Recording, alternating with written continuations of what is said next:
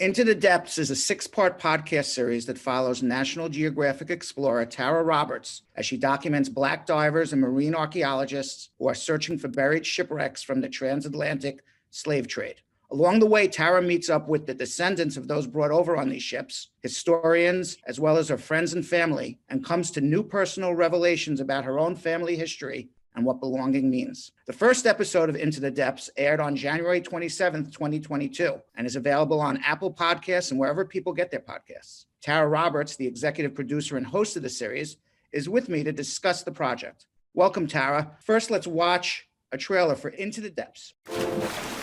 Black scuba divers are searching for shipwrecks from the transatlantic slave trade. It was like diving on a gravesite. And honoring the 1.8 million Africans who were lost.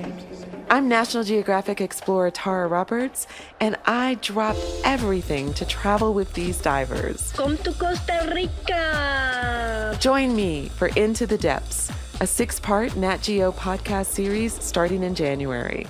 It's going to be an incredible journey. How many divers are affiliated with this group? The group itself has trained to date around 500 divers from around the world in this method of how to map a shipwreck. They are volunteers and they come from all walks of life. Like, these people are students, teachers, engineers, filmmakers, policemen. They're just people who have a passion for scuba diving and who wanted to make a difference. So I called them up to see if I could nominate them for a fellowship. And that started a conversation that went on for a couple of months. They didn't ultimately get the fellowship, but the founder, who's a gentleman named Ken Stewart, and he is to date, he's 77 years young and still dives. So I called him up.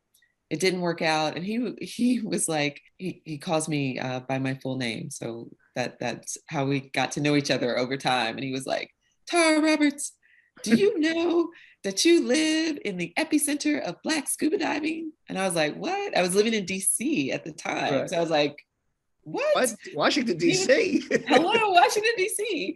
But he was like, no, this is where the legends of Black scuba diving live. And he was like, you got to come dive with us. He got me a spot in the class that was being taught by this group called the Underwater Adventure Seekers. And they are so fascinating. They are the oldest Black diving club in the United States. So you changed your career and then you became a National Geographic explorer, and you were the first Black explorer to be featured on the cover of National Geographic magazine.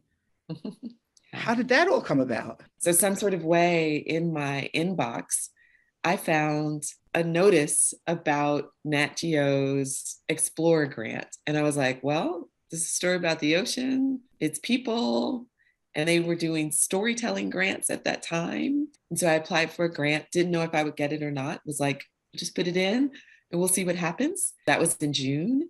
And by September, I heard back from Nat Geo and got the grant. And so that gave me the funding that I needed to travel with them. I was like, I'm just going to follow them and write blogs about it. But the longer I was on the journey, the more I was like, man, this is way bigger than like 200-300 word blogs. This is a big story to tell. Let me tell it as an audio story. Now, why do you think the establishment of a scuba diving of the Black community is so important, other than just we're scuba divers, Black, white, Hispanic, Asian? So remember I mentioned the Underwater Adventure Seekers Club that was started in 1959? That was started by Doc Jones. So he is the founder of that organization and is considered really the grandfather of Black scuba diving in the US. So if you just take your imagination back to 1959. This is before the Civil Rights Movement, when there was a lot of segregation in the US. So Doc Jones, who learned how to dive in the military, found that people didn't want him on boats. They didn't want to buddy up with him. So to go down, when you scuba dive, you have to be partnered with somebody. You can't go down by yourself because it's not safe. He was on boats and people didn't want to buddy up with him because he was Black. So he started the Underwater Adventure Seekers Club to create a space where Black divers would find acceptance, would find people who were eager to do the sport and who weren't afraid to connect with him. And what he found after after he founded that club was that there were other people interested in diving who also had the same experience around the United States. So the idea came to create more and more clubs in different cities so that more Black folks would have access and support around diving. Now we have a group of Black scuba divers who are now scuba diving for shipwrecks of slave ships that didn't make it to the Americas. How did that all come about? So I mentioned this gentleman, Ken Stewart, the one who calls me Tara Roberts all the time. Ken was the Southern representative at NABS. So again, I think none of this would have been possible without Doc Jones. He was the visionary that set the stage and the foundation for all of this. But Ken was the Southern representative. He was based in Tennessee, and he got introduced to an archeologist at a park in Florida, Biscayne Bay National Park. And part of the jurisdiction of a national park is the water surrounding the area. Mm-hmm. And so this woman, her name was Brenda Lazendorf, was responsible for all the submerged resources that were in that park. And there were shipwrecks there because it was Florida's Biscayne Bay, lots of shipwrecks there. And she thought that there was a shipwreck for the Guerrero, which is a Spanish slave ship that wrecked around Key Largo. So she's the lone archaeologist, again, just shared that you can't dive without buddies. So she reached out to NABS to see if there were any divers that would be interested in learning how to dive for slave shipwrecks, so that she could get some help in finding and bringing documentation to the Guerrero. She reaches out to Ken, she invites him down. He's like, yeah, that sounds amazing. We'll come down and learn. And Ken was like, this is awesome. And he was like, you know what, let's invite more NABS members. And let's not just dive for fun, but let's dive with a purpose. So then Diving with a Purpose was created. Something you discuss in your podcast, which I didn't know about, was something called the 1870 brick wall. And can you explain what the 1870 brick wall is and how it's impacted Black Americans' ability to know their full story about their own personal and collective ancestry? Sure. The 1870 brick wall is, it's a term that genealogists use. And what it means simply is that before 1870, the United States Census did not track identifying details of those who were enslaved. So before 1870, it's almost impossible unless you have oral myth or like artifacts from your family. It's almost impossible to go to the archives to find people. A lot of Africans were stripped of their names, they were stripped of their identities, they were renamed. And even if you knew some of their names, you still can't find those identifying details. So it is almost impossible for most African Americans to trace back to a ship, and definitely to trace back to Africa. Now, how many Africans were taken in the transatlantic slave trade? Yeah, they estimate that it was 12.5 million. 12.5 million people. Africans, that were brought over, and this is a number I did not know, on 36,000 voyages. And by the way, that's 12.5 million people forcibly moved to the United States. That doesn't include their children and their grandchildren who were also forced into slavery too. And it doesn't include the number of people who were marched to ships and who died on the way, who were held captive. How many people died in shipwrecks on the way? They estimate that it was about 12%. So it's like 1.8 million. Now, you had said that you were worried about going into the history of the transatlantic slave trade. You consulted with your family, your friends, before you even began working with Diving with a Purpose. What was your concern? I was not looking to tell stories of the slave trade. Like, that was not anywhere in my realm of interest. And partly that's because I found looking back at Black history to be hard. And that's primarily because most of the stories that are told about my history tend to center inside of the pain and the trauma. And so when you go back to it, it's traumatizing. Right, Like right. it's hard, horrible things that happened. Right. There were absolutely moments of sadness, understanding what happened. There's some horrific stories. What I found, so I'll say it in two ways. I found that there was something really cathartic and healing about actually touching, seeing in person the material evidence of the past. A lot of this past is hidden or is ignored, or it's often like, oh, let's not go there. Let's just focus on the future. You start to see people. You don't see faceless statistics, which is how we deal with it. And when it's statistics, like you can't process that. It's just horrific.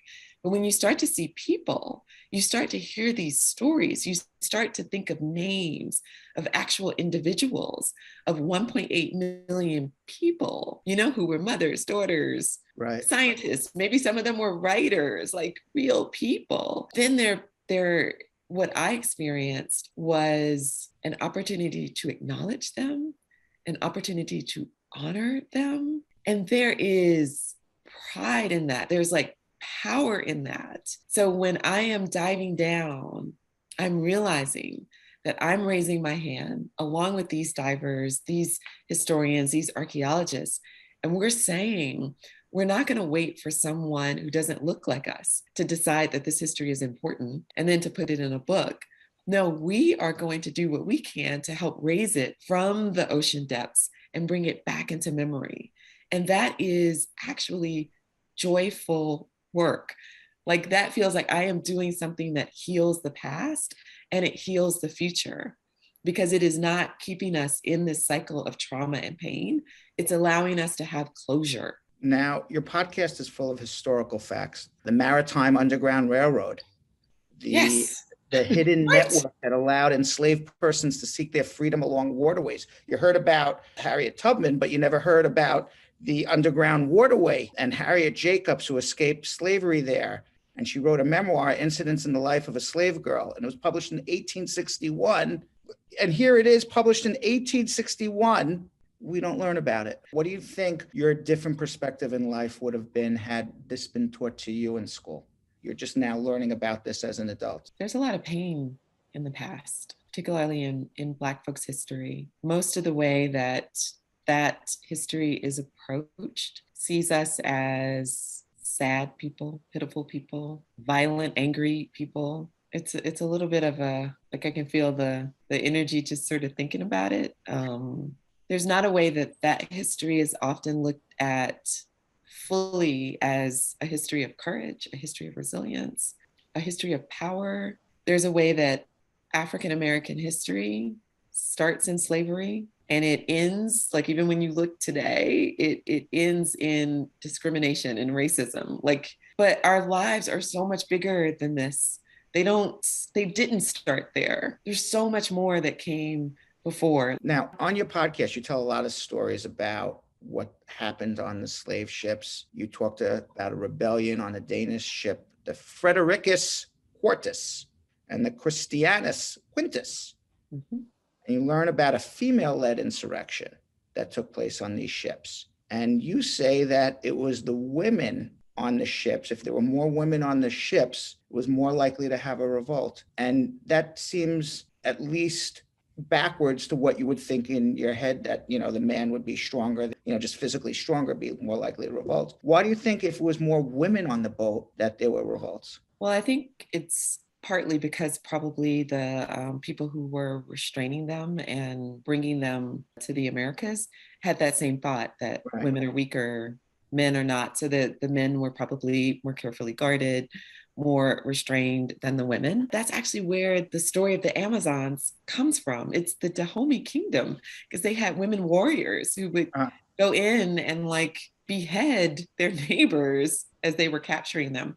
So there is a history of fierce women warriors in West Africa. And it is likely that some of those women were also held captive and put on ships. In the podcast, when your Ancestry.com results came back, the highest percentage of your DNA was from Benin and Togo, but that didn't surprise you. Why? Well, Benin, Togo, and Ghana make up what was called the Slave Coast.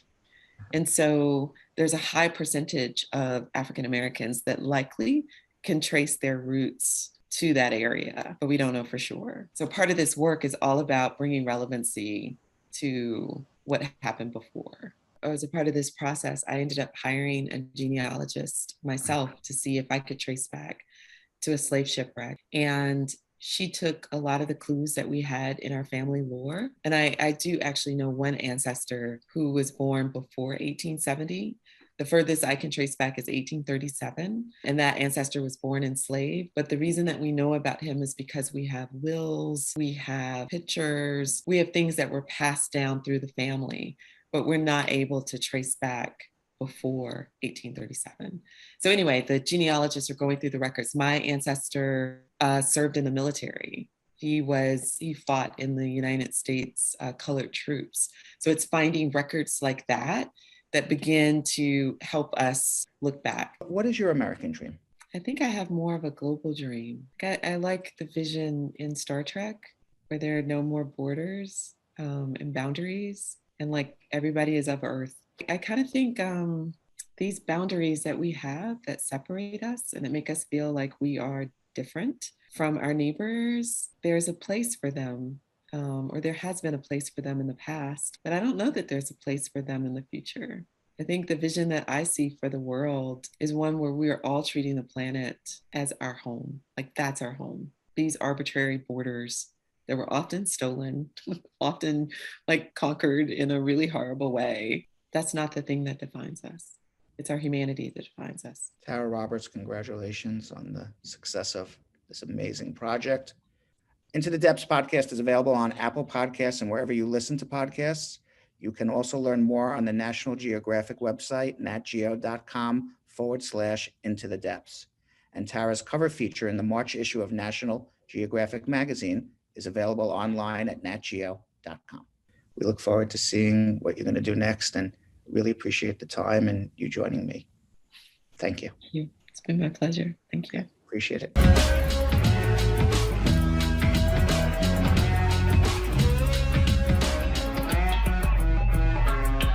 Thanks for watching. For more Bradshaw Live, like and subscribe to our YouTube channel.